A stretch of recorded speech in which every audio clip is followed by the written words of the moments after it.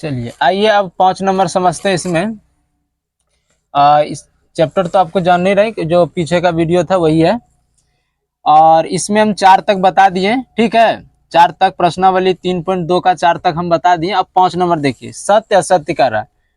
कोई इसमें सत्य है और असत्य, ये दो चीज है, यानी असत्य और सत्य। ठीक है, तो यहाँ देखते हैं 1 नंबर क्या कर रहा है। यदि कोई संख्या, ठीक है, यदि कोई संख्या 3 से विभाज्य, मतलब 3 से अगर किसी संख्या को अगर भाग लगाया जाए तो क्या वह संख्या 9 से विभाज्य हो जाएगी? तो इसका आंसर हो जाएगा नहीं। क्यों? देखिए अब हम समझाते हैं यहाँ पर। आप तो इसमें देखिए 1 नंबर का यहाँ समझाते हैं। अगर कोई 3 है, 3 है ना, 6 है, 3 से इसको भाग हम लगा सकते हैं। यहाँ कह रहा है कोई संख्या 3 से अगर विभाज्य है तो वो क्या 9 से विभाज्य होगी? तो 9 से जो है ना, 9 से 6 नहीं कटेगा, क्योंकि ये कम है, कटेंगे क्या? इसलिए क्या कह सकते हैं? असत्य कह सकते हैं, यानी ये असत्य है, असत्य। ठीक है, अब यहां समझिए, यदि कोई संख्या 9 से विभाजित है तो क्या वह संख्या 3 से विभाजित होगी? तो हाँ होगी। तो यहां लिखेंगे सत्य। सत्य क्यों लिखेंगे सत्य? देखिए अगर कोई संख्या को 9 से भाग लगाया जा सकता है, अगर 9 से भाग लगाया जा सकता है तो उस संख्या का भाग 3 से भी लगाया जा सकता है। और ये ऑलरेडी क्यों? क्योंकि ये 3 का गुणनखंड है, 3 गुना 3 का गुणनखंड है। ठीक है, 9 का गुणनखंड 3 गुना 3, इसलिए यह सत्य है। समझ में आ गया? अगर वो 9 से भाग लगेगा तो 3 से लगेगा, अगर वो 3 से लग रहा है तो 9 से विभाजित नहीं हो जाएगी। ठीक है, अब देखिए 3 नंबर क्वेश्चन क्या कर रहा है। सभी संख्याएं जो है, कोई भी संख्या, इसमें कर रहा है सभी संख्या जो 18 से भाग विभाज्य होती है तो क्या वो 3 और 6 दोनों से हो जाएगी? तो हाँ, यहाँ लिख देते हैं दोनों से होगा। क्यों? क्योंकि 18 का गुणनखंड देखिए क्या होता है, इसको हटाते हैं। 18 का गुणनखंड 2 3 गुना 6 भी होंगे, और इसको अगर खंडित करेंगे तो इसका हो जाएगा 2 गुना 3।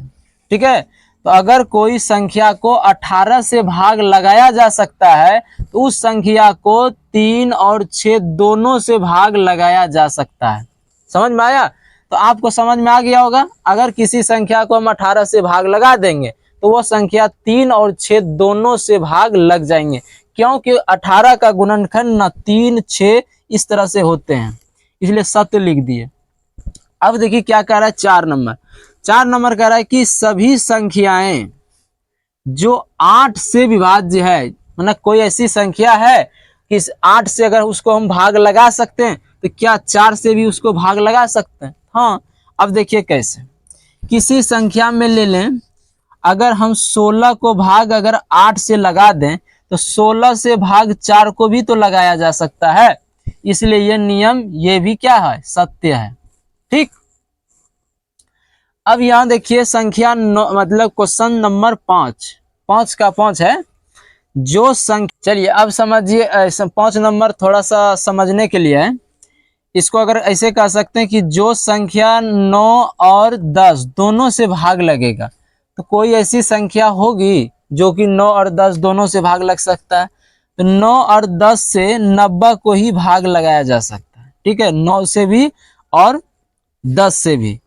इसको अगर भाग हम 9 से भी लगा सकते हैं या इसको भाग हम 10 से भी लगा सकते हैं। अगर इन संख्याओं को 9 और 10 दोनों से भाग लगाया जा सकता है तो वह संख्या 90 से भी विभाज्य हो जाएगी, यानी 90 से भी भाग लग जाएगा, इसलिए यह नंबर जो है सत्य है। ठीक है, समझ में आ गया होगा। इसी तरह देखिए 180 लेंगे, 180 जो 9 से विभाजित है फिर 10 से भी है तो वह संख्या 90 से भी विभाज्य है। अब यहाँ देखिए 6 नंबर। अब क्या कर सकते हैं, इसमें कह रहा है कि यदि कोई संख्या दी हुई है, मान के चलिए मेरे पास कोई संख्या है 7, हमने एक संख्या ले ली 7। अब कह रहा है कि दो संख्याओं के योग को पूर्ण विभाजित करती है। अब हम दो संख्या का योग ले लेते हैं। जैसे देखिए हम ले लेते हैं 3+4, तो 3+4 कितना हो गया 7। 7 को ये क्या कर रही है, पूर्ण विभाजित कर रही है। कौन संख्या, 7 संख्या। इसके जगह पर कुछ आप ले सकते हैं, योग कर रहा है कि योग पुराने के बाद वह संख्या। अब यहां समझिए क्या कर रहा है, वह उन दोनों संख्या को अलग अलग विभाजित करेगी। अब देखो जिस संख्या को जोड़ के हम 7 लाए थे, क्या उन्हीं संख्या को हम अलग अलग करके 7 से विभाजित कर सकते हैं? देखिए हमेशा तो नहीं कर सकते, ऐसे भी कर सकते हैं। 3 को भाग 7 से भी नहीं लगाया जा सकता, फिर 4 को भाग 7 से नहीं, अलग अलग अगर लगाएंगे तो नहीं होगा। ठीक है, तो ये नियम जो है असत्य हो गया, असत्य। समझ में आ गया? अगर किन्हीं दो पहले से कोई संख्या दी गई है, इसमें दी गई रहती है, ठीक है, किसी भी संख्या से उसे जोड़ के देखिए, जितना लाते हैं वो 7 लाए, एग्जाम्पल में बता रहे हैं, 7 लाए। अब इन दोनों के जोड़ने के बाद ये तो कंप्लीट इससे भाग लगा रहा है, जो दी गई संख्या है लग गया। अब यहाँ देखिए क्या इसको हम अलग अलग करके अगर जोड़ें, अलग अलग करके भाग लगाएं 7 से, तो लगेगा? नहीं लगेगा। यही कारण कहना चाहता था, यदि कोई संख्या दी हुई है, मतलब दिया हुआ, दो संख्याओं के योग को पूर्ण विभाजित करती है, तो दो संख्या के योग को पूर्ण विभाजित करती है, तो उन संख्या के मतलब उन दोनों संख्या को अलग अलग भी पूर्ण विभाजित करेगी? तो नहीं, तो लिख दिया असत्य। ठीक है, ये समझ गए। अब पढ़िए, समझते हैं 7 नंबर। देखिए 7 नंबर कह रहा है कि दो अभाज्य। देखिए स अभाज्य का मतलब समझा देते हैं। कह रहा है कि स अभाज्य का मतलब होता है वैसी संख्या, ठीक है, जिनका सार्व गुणनखंड 1 हो। सार्व गुणनखंड 1 हो। क्या कहेंगे इसको, क्या बोलेंगे? वैसी संख्या जिनके सार्व गुणनखंड, मतलब दो संख्या आएगी, ठीक है, उन दो संख्याओं में अगर सार्व गुणनखंड करें, उनका जो आंसर आए वो 1 आए। जैसे देखिए मान के चलिए अगर हम 4 और 17 ले लें, ये दो संख्या लिए, ठीक है। अब इसमें पढ़ते हैं, इसमें देखिए 4 का अगर गुणनखंड करें तो 1, 2 और 4, और इधर देखिए 17 का करें तो क्या आएगा 1 और 17। इसमें कॉमन क्या आ रहा है? कॉमन मतलब सार्व गुणनखंड क्या आ रहे हैं? 1। तो अब समझ गए होंगे। यहाँ देखिए इसमें सहभाज्य समझे कि सार्व गुणनखंड 1 आनी चाहिए, ठीक। अब यहाँ समझिए, इस नियम को समझिए क्या कर रहा है, सत्य असत्य को समझिए। अब इसको देखते हैं कि दो सहअभाज्य संख्या, करे दो सहअभाज्य संख्या लिए हैं 4 और 17 लिए हैं ना। इसमें कह रहा है कि कम से कम एक अभाज्य संख्या होनी चाहिए। जरूरी नहीं कि कम से कम एक ही अभाज्य संख्या होनी चाहिए, इससे भी ज्यादा हो सकता है, इसलिए यह कम से कम नियम को लागू कर रहा है। ये हो जाएगा असत्य, यानी 2, 3, 4 बहुत ज्यादा संख्या आ सकती है, कम से कम एक ही नहीं होनी चाहिए, कम से कम इसमें 2 भी आने चाहिए, कम से कम तो 2 हो जाता है, ठीक है। सार्व गुणनखंड भले 1 होता है।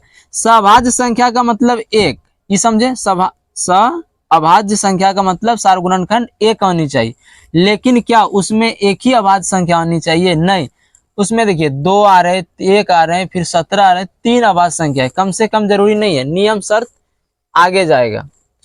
अब समझिए 3 नंबर में कहता है कि दो क्रमागत, कह रहा है कि दो क्रमागत विषम संख्या को योग सदैव 4 से विभाजित होगी।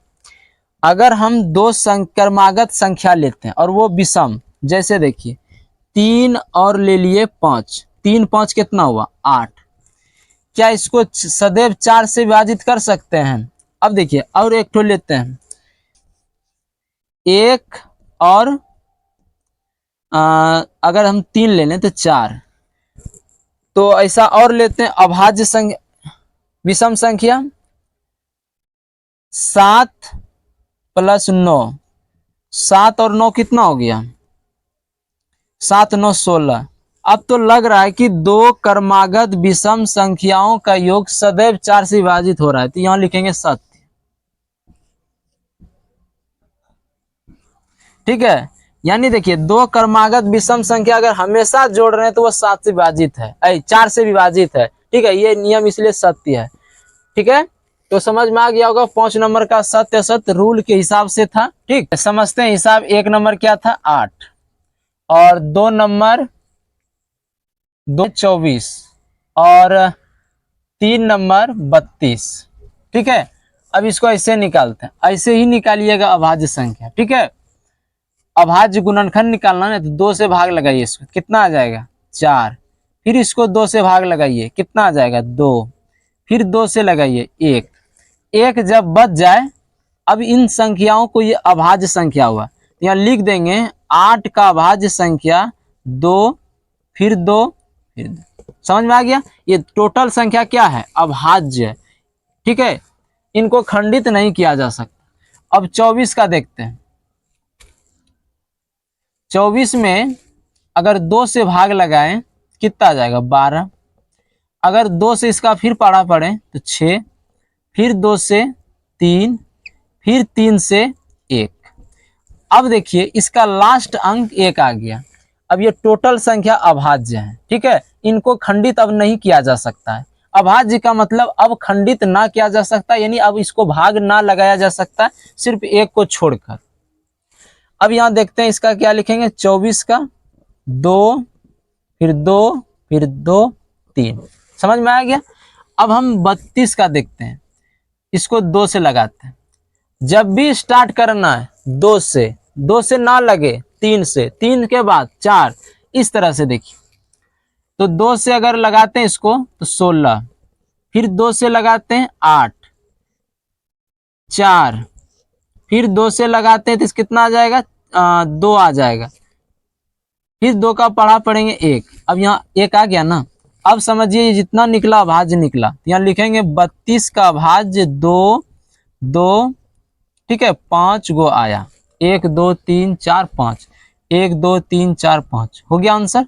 अभाज्य गुणन समझे निकालने के लिए। ठीक है, आपका 6 नंबर कंप्लीट हुआ। अब 7 नंबर समझते हैं। सार्व गुणनखंड ज्ञात करना है। गुणनखंड नहीं करा, अभाज्य गुणनखंड ये नहीं करा है, अभी गुणनखंड पहले निकालना है। पहले देखिए गुणनखंड निकालते हैं। 4 का किस किस संख्या से भाग लग सकता है 1 2 और 4 हो गया।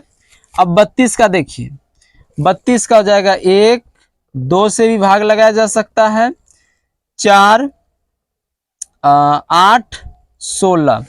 अब इसमें गुणनखंड तो हो गया। अब यहां लिखते हैं सार्व गुणनखंड, सार्व गुणनखंड। अब यहां बराबर देते हैं 1 2 और 4। क्या क्या मिल रहा है 1, यहां देखिए 4, यहां तक गया 4। ठीक है, ये इसका आंसर सही हुआ। अब इसको देखते हैं 8 का। 8 का क्या क्या आएगा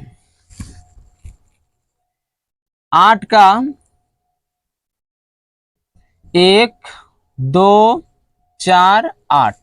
32 का देखिए 1 2 4 8 16 32। अब इसका देखते हैं 42 का। 42 का आ जाएगा 1 2 3 और फिर 6 7 और उसके बाद 14। ठीक है, ये आया। अब इसका सार्व गुणनखंड निकालेंगे, सार्व गुणनखंड। अब सार्व गुणनखंड देखिए क्या क्या मिल रहा है 1 मिल रहा है, 1 सब में, 2 आ रहा है, 3 सब में नहीं आ रहा है, 3 भी नहीं आ रहा, 6 भी नहीं, 8 भी नहीं, तो आंसर लिख दीजिए यही दोनों मिला। ठीक है, इस तरह से समझे। अब देखिए इसको सी नंबर समझते हैं। 14 का पहले देखिए 1 2 और उसके बाद 7, उसके बाद 14। अब किसी संख्या से इसको भाग नहीं लगाया जा सकता। अब 56 का देखिए 1 2 7 8 से भी देखो 1 2 7 हो गए 8, उसके बाद 14 और उसके बाद 28, उसके बाद 56, ये संख्या हुआ। 28 का देखिए 1, 2, 7 और 14।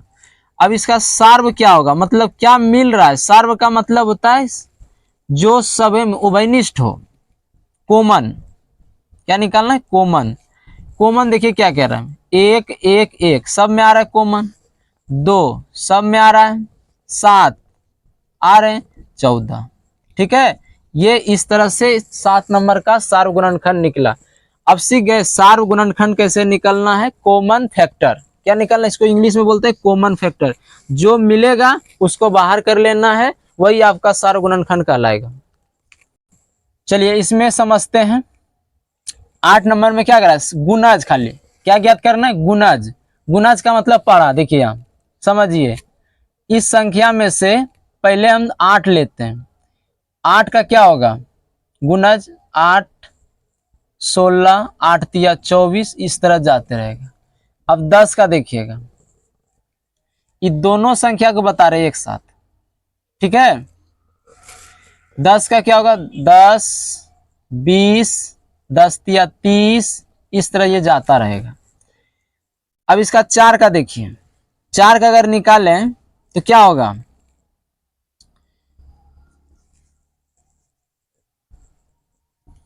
4 का निकालें तो इसका हो जाएगा 4 का 4, 4 दूना 8, 4 तिया 12, 4 चौक 16, इस तरह से। और ये देखिए 12 का क्या आएगा, 24, 12 तिया 36, इस तरह से आते जाएगा। ठीक है, अब यहां समझते हैं 3 का। 3 का अगर पढ़ा पढ़े, 3 का 3, 3 दूनी 6, 3 तिया 9, 3 चौक 12, इस तरह से। ठीक है, अब देखिए 5 का निकालते हैं। 5 का क्या आएगा, 5 का 5, 5 दूनी 10, 5 तिया 15, 5 चौक 20, ये इस तरह हो गया। अगर हम 8 का निकालें तो इसका हो जाएगा 8, 8 का 8, 8 दूना 16, 8 तिया 24, 8 चौक 32, इस तरह से ये होगा। ठीक है, तो इसमें आपको ए बी सी सब समझ में आ गया। इसी तरह इसका गुणज ज्ञात किया जाता है, मतलब पहाड़ा को ही गुणज कहते हैं। ठीक, इसका ए नंबर जो क्वेश्चन है 9 का सार्व गुणज करा है, तो हम इनका अगर पढ़ा पढ़ें तो क्या होगा, 4 का। तो इसको ऐसे बनाते हैं, 4 का 8, 4 तिया 12, 4 चौक 16, इस तरह से आएंगे। और 14 का देखिए, 14 दूनी 28, 14 42, 5 56, इस तरह से जाएगा। 16, 4 5 20, ये दोनों पढ़ा में अगर गुणज पढ़े तो बहुत लंबा तक जाता है। देखिए मिल कौन रहा है, पहला अक्षर 28 मिला, तो यहां लिखेंगे सार्व गुणज, सार्व गुणज 28। ठीक है, और दूसरा क्या मिला, 56 यहाँ, और यहाँ भी देखिए 56, तो यहाँ लिखेंगे 56। यही दोनों मिला, और मिलेगा आगे बढ़ेंगे ना, और मिलेगा। ठीक है, इस तरफ देखिए बी नंबर देखते हैं, 8 और 24 है। ठीक है, 8 का देखते हैं, 8 को तो पढ़ा पढ़ देंगे, 16, 8 तिया 24, 8 चौक 32, इस तरह से जाएंगे। और अगर 24 का पढ़ा पढ़ें तो 24, 24 दूना 48, इस तरह से आएंगे। तो और पढ़ते हैं इसको, 32, 8 पंचे 40 हो गया, 48 हो गया, ये ठीक है। अब ये इसका सार्व लिख देते हैं, सार्व गुणनखंड यहाँ लिख देते हैं, सार्व गुणज, गुणनखंड नहीं गुणज। क्या हो जाएंगे, देखिए 24 इसका पहला अक्षर मिल रहा है, तो यहाँ लिख दिया 24। और यहाँ 48, यहाँ भी 48, देखिए यहाँ भी 48, यहाँ 48। ठीक है, और आएंगे इसलिए इसको ऐसा लिख दिए। ठीक है, सी नंबर देखिए, इसका देखिए 21, 27 है, बहुत बड़ा पढ़ा हो जाएगा। 6 12, 6 18, 24, इस तरह से ये जाता रहेगा। और इसका जो है ना 21, 21 दूना 42, हाँ 21 दूना 42, 27 के 27 का पढ़ा अगर पढ़ें तो 27 और 54 इस तरह से। अगर इनका सार्व गुणनखंड देखें, सार्व गुणनखंड बड़ी लंबी नजर आएंगे, इसमें बहुत दूर जाना पड़ेगा। इसको लिए इसको एक चीज पहला मिलेंगे 378, पहला अक्षर कितना मिलेंगे 378, उसके बाद मिलेंगे 700, 756 मिलेंगे, ये इस तरह से मिलता रहेगा। हालांकि देखिए अगर हम इस तरह से बनाएंगे ना तो बड़ी लंबा लफड़ा लगता है।